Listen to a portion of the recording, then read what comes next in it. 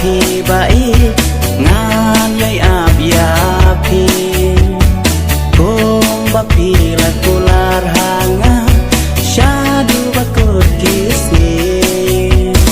ba de si sha kentang ma phi ko ba e jonga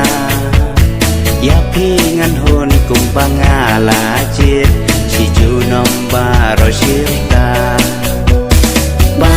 de si sha kentang ma phi ko ba e jonga